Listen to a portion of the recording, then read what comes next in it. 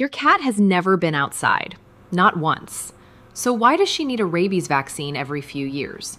It is a fair question, and I get asked it a lot. The honest answer has almost nothing to do with your pet going out. It has to do with something getting in. Here in Arkansas, that something is usually a bat. Bats get into houses far more often than people expect.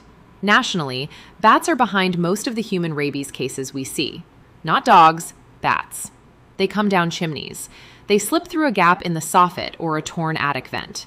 A gap the width of your thumb is enough. And on a warm evening, an open door is enough. Most of the time, nobody notices anything until there is one in the room. Now think about what your cat does next. She hunts it. That is not a flaw in her. That is a cat. And that is where this stops being about the outdoors at all. A bat's teeth are the size of a pinpoint. A bite can leave a mark so small it vanishes under fur. So I would have seen a bite is not something either of us can rely on. Here is why we treat this one differently from every other vaccine. And it is worth saying plainly, cats are the domestic animal reported rabid most often in this country. Not because cats are dirty or dangerous, because cats hunt, and because so many of them are never vaccinated. Once symptoms appear, rabies is fatal, in animals and in people. There is no treatment at that stage. There is no version of this we fix later, which is why this one is not treated like anything else on the vaccine list. It is the only one where a bite pulls people into it as well.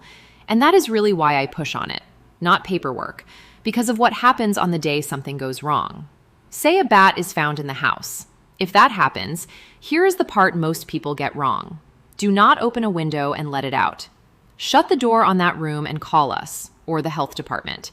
If the bat can be caught and tested, that one step can answer the whole question in a day and spare you everything that follows.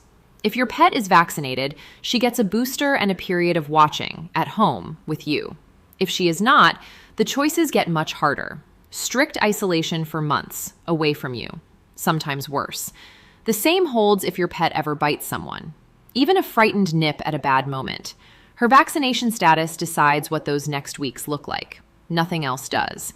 And bats are not the only way this reaches an indoor pet. Bats are the common one indoors. Outdoors in this state, it is more often skunks. Doors get left open. Pets slip out. A stray gets into the garage. Something moves into the attic. Indoor only is a plan. It is not a guarantee.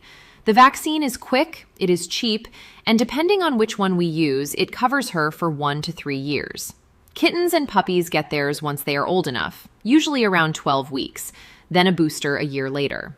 It is the one thing on this list you can settle in advance, so settle it now while nothing has happened. If you learned something new today, stick around. I share pet wisdom like this every single day.